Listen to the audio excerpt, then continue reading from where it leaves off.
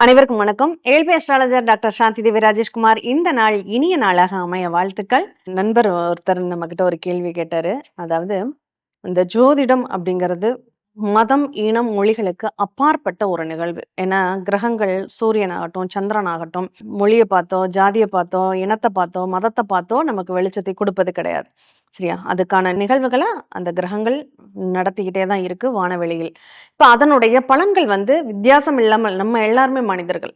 அப்ப அதனுடைய பலன்கள நம்ம அதனுடைய தாக்கங்கள நம்ம அனுபவிச்சு தான் ஆகணும். அதே சமயத்துல அவர் கேட்ட கேள்வி, கிறிஸ்டினா இருக்கேன். எனக்கு குலதெய்வமே என்னன்னு தெரியல. நான் என்ன பண்ணட்டும்?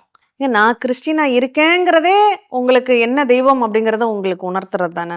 அதாவது நம்ம என்னதான் இந்துவாக இருந்தோம், அது கிறிஸ்டினாக கன்வெர்ட் ஆயிட்டோம் அப்படின்னாலுமே, நம்ம மாறினதுக்கு பிறகு நம்ம எத பற்றுதலோட பிடிக்கிறோம் அப்படிங்கிற ஒரு நிகழ்வு இங்க இருக்கு.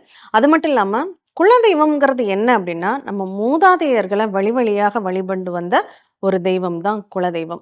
நம்ம இனத்துல வாழ்ந்து, ஏதாவது ஒரு சாதனைகள செய்து, அது மதுரை வீரனாக இருக்கட்டும், ஐயனாக இருக்கட்டும், ஐயனாராக இருக்கட்டும், கருப்பராக இருக்கட்டும், காவல் தெய்வங்களாக இருக்கக்கூடிய நொண்டி வீரன், சாம்பன், அந்த தூண்டில்காரன், இந்த மாதிரி நெறைய தெய்வங்கள் இருக்காங்க. இப்ப அவங்களாக இருந்தாலும் சரி, அவங்க நம்ம வம்சாவளிகள் வாழ்ந்து ஒரு நல்லத பண்ணினாங்க அப்படின்னா, அவங்கள தெய்வமாக மதிச்சு கும்பிடக்கூடிய ஒரு நிகழ்வு.